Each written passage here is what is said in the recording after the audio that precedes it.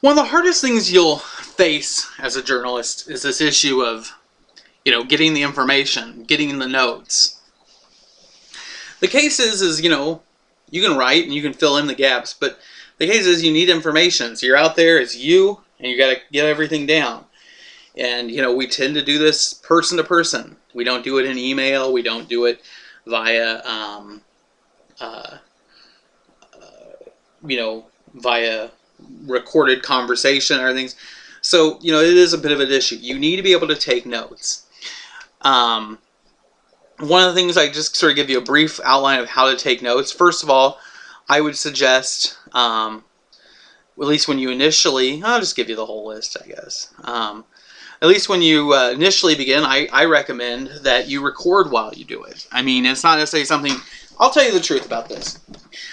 I hate recording things when I'm reporting. The reason is you record it, and then you go, well, I'm recording, I won't pay attention. And so I say don't rely on it. Or you don't pay as close attention. And then what you have to do is you have to come back home and you have to sit there and you have to listen to every conversation you just had. Fine, not a problem. But then you have to transcribe it. And the problem is you start transcribing, and because you have the tape, you've got to get every little quote exactly right. Okay, fine. But you know what? If you find a quote you think you're going to want to use, and it's 30 words, it's 50 words, you may have to listen to that 20 times in order to get every word right. You might listen to it once and have a very rough feeling, listen to it like 3 times to rough it out, and then to be sit there going, did he say this or did he say that? Did she say this? Did she say, no, I think she said that. Did she stutter? What did she say when she was stammering? Was that something important? Or is that something I can just ellipsis over? What was it? And so one of the problems with recording is, you have a 30-minute conversation. It may take you an hour to get it transcribed. And so, you could spend, I remember I was working on a reporting project when I was in journalism grad school. And I remember I spent like a week or two just sitting there interviewing people. Like, that's all I did. I'd go over there, I'd schedule interviews, I'd call people, I'd set up interviews, I'd talk to people on the street, I'd set up interviews, I'd do all this stuff. And at the end of my week or two of interviewing people, like 4 or 5 hours a day, I had to sit there, and it was like 2 or 3 weeks, I just sat there getting everything together. And so I warn you about that because, recording can be very difficult. Now, I do recommend doing it at first and doing it so you can kind of get an idea of how to get quotes and make sure you're getting everything accurate. But I do say that, as you get more comfortable, breaking the chain from the recorder is not a bad thing. It's good to record stuff, especially if you think the person's going to talk fast, you're going to have like a 5-minute conversation, or you want to get a couple good quotes, that's all fine. But if you're having like a lot of long conversations, you could record it, but my recommendation would be is take really good notes, keep up, try to take as many notes as you can, and try to keep up with the person, but don't feel obligated to, but what I would do is I would just mark on my, as I'm taking notes, I'd say, good quote here, good quote there, and kind of just keep an idea of where you want to look for notes, where you want to go back, and don't listen to the whole thing and try to transcribe it. Just look for the key parts. As far as taking notes, I think the easiest thing to do is if you get a phone call, I always, try to keep a Word file or just a text file pulled up, and if somebody calls, I can just start typing and I can just type it right in.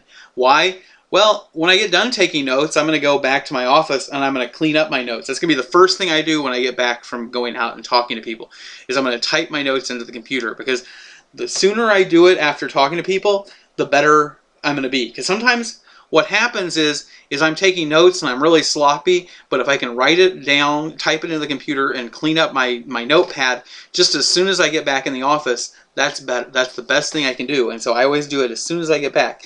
Well, why mess with having to write it down on paper and then putting it right back in the computer? Unless you're more comfortable that way, then do it that way. But I always find just sitting there and typing and trying to keep up, and then as soon as I get done, I read back through and make sure everything makes sense, and I'm going to be able to understand it if I don't write the story for another week or two. Always keep a notepad easily accessible or on you at all times if you're reporting.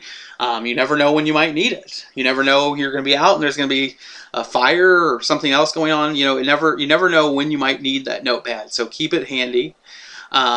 Take notes and keep that ready.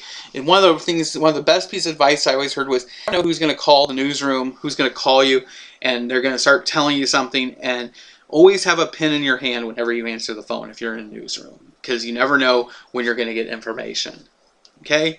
And you know, you can't say, somebody calls them and says, I got a story for you, so-and-so is stealing. And they're about ready to hang up. You go, wait. Let me get some information. Wait, can you hold on while I get a pen? No. They're going to hang up. You know, you got to have you ready to start getting information. That way you don't have to ask people to write back. Sometimes people are calling you and you just need to be able to get the information quickly. So always have a pen ready and available. But taking notes, I don't know if there's any real trick to it. It's just, I mean, it's one of the harder parts, I think, of being a journalist. You have to go out there, you have to talk to people, you have to be interested, but you have to constantly be taking notes. And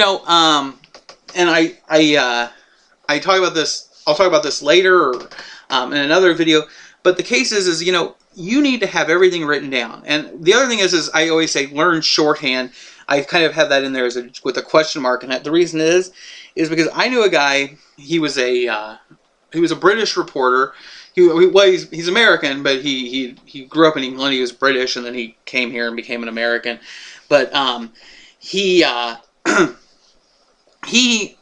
was taught through a system in England where they actually taught shorthand in the journalism program he went through, and so he actually knew how to do shorthand. So if you were to look at his notebooks, all it would be these like weird scratches. Used to be that before people had computers and word processors, and we grew up, there used to be lots of secretaries who would work in office, and every secretary learned shorthand. And so when her boss needed to write a letter, or his boss needed to write a letter, although it was typically a she back in the day, they would call in one of the secretaries, and the secretary would do shorthand, would write down everything the boss was saying, and they would have to be able to go out and type up the letter on an old manual typewriter, verbatim, word for word. And so they had to learn this system of shorthand in which they learned, basically just words like the and meeting and all the words. They would learn little codes for what those words meant. They would learn little itty bitty just squishy marks. And he would write his entire thing. Would that benefit you? Absolutely. Do I think you should go out if you want to be a reporter and learn shorthand? Yeah, you probably should, but I wouldn't if I were you. I mean, I don't know what to say other than that. I mean, it would be great to know it. I can't tell you not to, but I probably wouldn't do it if it were me. I mean, I never learned it, and I'm okay because of that. But the case is you need to kind of learn your own system of shorthand. Sometimes, like when I was doing it, I would simply, if I'm writing a quote, I wouldn't try to quote everything. I would just find stuff that somebody said saying really well, or I realized they were saying something really well. I would try to write down the quote as quickly as possible. And I wouldn't be afraid to say, hey, can you hold on while I stop and check on or write this down?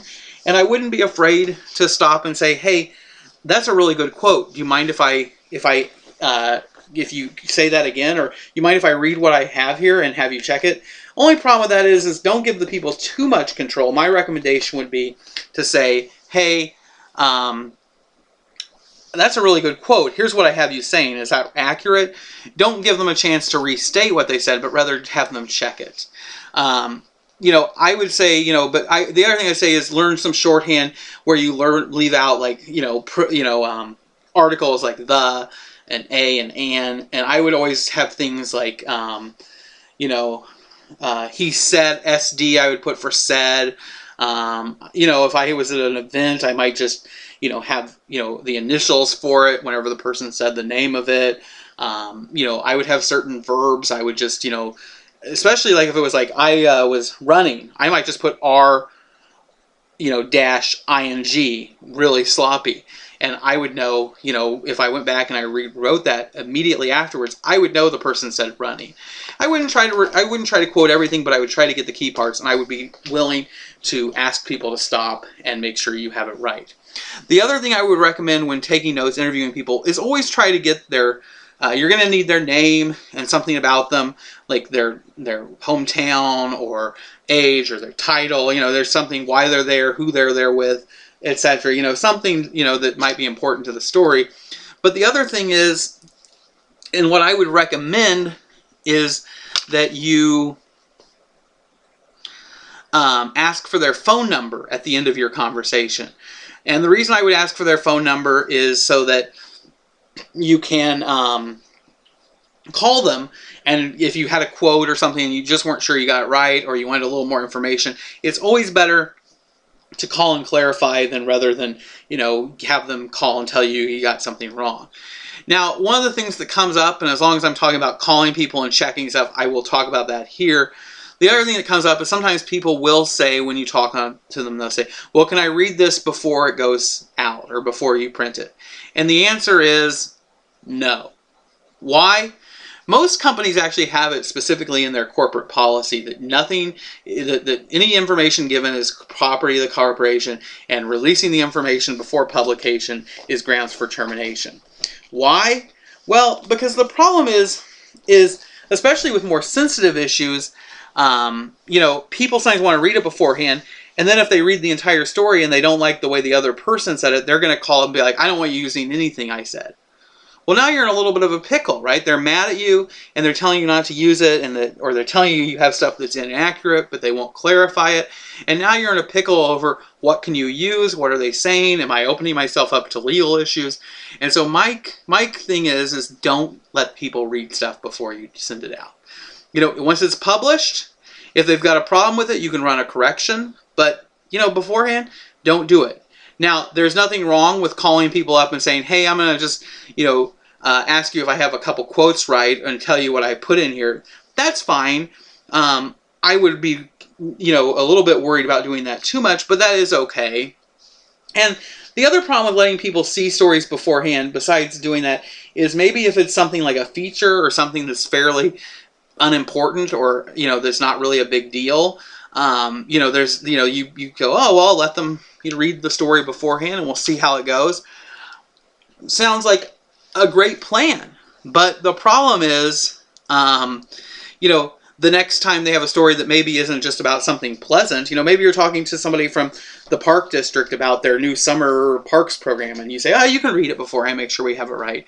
And they do it, and then you have a story about the fact that the park district's cutting services, or isn't failing to keep up with some of the equipment, or isn't using money properly, and they say, well, you always let me read them in the past. Or another reporter has them say, well, so-and-so lets me read them. Now you've got a problem because, yeah, you have, and you're changing your policy because it's something negative. Or you're putting another reporter in a hot seat, which is why it becomes a corporate policy. It leads to a lot of problems. And so don't let people read it beforehand. Nothing wrong with calling and checking and maybe going through a few things and making sure you have the quotes right, making sure you have all the information right. But don't just give them carte blanche or handing them your story and letting them read it, because they will nitpick it. If they don't like something, they'll ask you, they'll tell you it's wrong or want you to remove it, and then you're in a little bit of a position where you basically just let them write your story for you. And then the question is why does the newspaper hire you if they're just going to have somebody else do your work for you?